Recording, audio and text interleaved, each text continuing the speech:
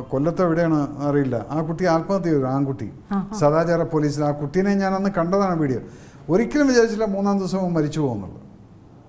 ഇത് വന്ന് സദാചാര ആ ചെറുക്കൻ കെഞ്ചിയാണ്. എന്നിട്ട് ആ കുട്ടിയുടെ തലയിൽ നീ പഠിക്കണ്ടേ, നീ സമാനം അടിക്കുക. ഇല്ല ചേട്ടാ, ചേട്ടാ മാപ്പാക്ക് ചേട്ടാ. അവൻ മനസ്സുകൊണ്ട് തെറ്റൊന്നും ചെയ്തിട്ടില്ല. അതായത് ആ കുട്ടീനെ അവൻ പിടിച്ചുകൊണ്ട് വരുന്നത്. ഇല്ല ഞങ്ങളൊന്നും ചെയ്തിട്ടില്ല എന്ന് കെഞ്ചുന്നു. പക്ഷെ ആ കുട്ടിക്ക് ആ അപമാനം സഹിക്കാൻ പറ്റിയില്ല. ആ സദാചാര പോലീസിനെ നിങ്ങൾ എന്ത് ചെയ്ത്? അവനൊന്ന് പുറത്തിറങ്ങി നടക്കുന്നില്ലേ? ആ മരിച്ചുപോയ കുട്ടിക്കല്ലേ പോയിട്ടുള്ളത്? ആ കുട്ടിക്ക്, ആ പെൺകുട്ടി ജീവിതകാലം മുഴുവൻ അത് സഹിച്ചുകൊണ്ടിരിക്കില്ലേ? എവിടെ പോയി നിങ്ങളുടെ റൂൾസ് ആൻഡ് റെഗുലേഷൻസ്? സോ ഇപ്പം മറൈൻ ഡ്രൈവിൽ നിന്നാണ് കേട്ടത്. Who are you to decide that what they are doing പബ്ലിക്കിനകത്ത്? എനിക്ക് യെസ്, പബ്ലിക്കിൽ നിങ്ങൾ നിന്നിട്ട് അട്രോസിറ്റി കാണിച്ചിട്ട് മറ്റുള്ളവർ പോകുന്ന സമയത്ത് അച്ഛനമ്മമാർക്ക് ഞാൻ ചോദിക്കട്ടെ, ഇന്നത്തെ യുവജനങ്ങൾക്ക് ആ ഒരു കുട്ടികൾക്ക് നന്നായിട്ട് അറിയാം എങ്ങനെ പെരുമാറണം, ഏതാണ് പരിമിതി, ഏതാണ് പരിധി എന്നവർക്ക് നന്നായിട്ട് പരിമിതിയും നന്നായിട്ട് അറിയാവുന്ന കുട്ടികളാണ്. അപ്പം അതില്ലാത്തതിന് അതിൻ്റെതായിട്ടുള്ള ശിക്ഷയും അല്ലെങ്കിൽ അതിൻ്റെതായിട്ടുള്ള ചില ലിമിറ്റേഷൻസ് ഉണ്ട്. അത് കൊടുക്കുന്ന സമയത്ത് അത് കൊടുക്കുക. പക്ഷെ ഞാൻ ആരാണ് ഈ വടിയെടുത്തിട്ട് ഇറങ്ങാൻ വേണ്ടിയിട്ട്? എന്നിട്ട് ഞാൻ ചെയ്യുന്നത്, എന്നിട്ട് ഞാൻ എന്താ ചെയ്യുന്നത്? ഞാൻ ഈവനിങ് കഴിഞ്ഞ് കഴിഞ്ഞാൽ ഞാൻ പിന്നെ വേറെ രീതിയിലാണ്. എൻ്റെ സദാചാരം മറ്റുള്ളവരോട് മാത്രമേ ഉള്ളൂ, എന്നോടില്ല. അതാണ് നമ്മൾ കാണുന്നത്. സോ അവിടേക്കൊക്കെ എന്താണ് വെച്ചാൽ ശക്തമായിട്ടുള്ള ചില ലോ, അത് ഭരിക്കുന്നവർ ഒന്ന് മനസ്സിലാക്കണം.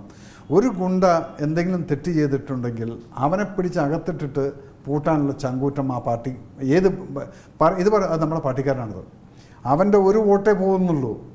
സമൂഹം മുഴുവൻ കണ്ടുകൊണ്ടിരിക്കുകയാണ് ഈ ഗുണ്ട ഇന്ന പാർട്ടിക്കാരനാണ്, എന്നിട്ട് ആ പാർട്ടിക്കാരനെ അവരെ സംരക്ഷിച്ചു എന്ന് പറയുമ്പോൾ അടുത്ത ഇലക്ഷൻ വരുന്ന സമയത്ത് ഈ കണ്ടിട്ടുള്ള 100 ആൾക്കാർ അവർക്ക് വോട്ട് കൊടുക്കില്ല. അതിവർ മനസ്സിലാക്കുന്നില്ല. അപ്പം എന്താണ്, തെറ്റ് ചെയ്തവനെ പിന്നെ പാർട്ടി നോക്കരുത്, മുഖം നോക്കരുത്, ജാതി നോക്കരുത്, പിടിച്ചാത്തക്കരുത്. അവിടെയായിരിക്കും നിങ്ങളൊരു ഗുഡ് ഗവർണൻസ് എന്ന് പറയുന്നത്. അത് വന്നു കഴിഞ്ഞാൽ തന്നെ നമുക്ക് കുറേ സമാനമുണ്ട്. ഇതിപ്പോൾ ഗോവിന്ദച്ചാമി മറ്റേ ചെയ്തു, അവനെ സംരക്ഷിക്കുക. എവിടുന്നൊക്കെയോ ജാതിയും മതമൊക്കെ പറഞ്ഞിട്ട് ആൾക്കാർ വന്നിരിക്കുന്നു. തിരിച്ചിറങ്ങി വന്നിരിക്കുന്നു. അവനെ വക്കീൽ വാദിക്കാൻ വേണ്ടി 25 ലക്ഷം 35 വക്കീൽ വന്നു. അപ്പം എന്താ ജാതി സ്പിരിറ്റായി അവിടെ. സോ വെൻ യു ഡൂ ഇതൊക്കെ ക്രൈം ചെയ്യുന്ന സമയത്ത് ഗവൺമെൻറ് ഷുഡ് ബി അഡമൻറ്റ്. അവന് പബ്ലിക്കിൻ്റെ ഒരു വക്കീലിനെ വെച്ച് കൊടുക്കും. പക്ഷെ അവൻ പ്രൈവറ്റ് വയ്ക്കുന്നു. പിന്നെ എവിടുന്ന ഈ പൈസ വരുന്നത്? ജാതി സ്പിരിറ്റ് അല്ലെങ്കിൽ പാർട്ടി സ്പിരിറ്റ്. പിന്നെ എവിടുന്ന ജയന്തി നമ്മുടെ നാട് നേരെയാവാൻ പോകുന്നത്? ആദ്യം ഈ ഭരിക്കുന്നവർ ആലോചിക്കണം. നിങ്ങളെ സെലക്ട് ചെയ്ത് കൊണ്ടുവന്നിരിക്കുന്നത് എൻ്റെ പാർട്ടിക്കാരൊക്കെ തന്നെയായിരിക്കും. പക്ഷേ നിങ്ങളൊരു പ്രാവശ്യം മുഖ്യമന്ത്രിയോ അല്ലെങ്കിൽ ആഭ്യന്തരമന്ത്രിയോ വേറെ മന്ത്രി ആയിക്കഴിഞ്ഞാൽ ഫുൾ കേരളത്തിൻ്റെ ജനങ്ങളുടെ മന്ത്രിയാണ്. ഈ 2.5 കോടി 3 കോടിയുടെ ആൾക്കാരുടെ മന്ത്രിയാണത്. എല്ലാവരുടെയും കാര്യങ്ങൾ നോക്കേണ്ട ആളാണ്. അവിടെ അതിനകത്ത് കമ്മ്യൂണിസ്റ്റ് ഉണ്ടായിരിക്കും, മാർക്സിസ്റ്റ് ഉണ്ടായിരിക്കും, കോൺഗ്രസ് ഉണ്ടായിരിക്കും, മുസ്ലിം ലീഗ് ഉണ്ട്, BJP ഉണ്ട്, പലതും ഉണ്ട്.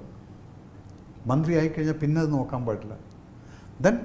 then only they will get a long term അവരുടെ ഒരു ഇമേജ് ഉണ്ടാക്കിയെടുക്കാൻ സാധിക്കുള്ളൂ. അതിന് ഒരു മന്ത്രി മാത്രം വിചാരിച്ചാൽ പറ്റില്ല. യൂണിറ്റി വേണം.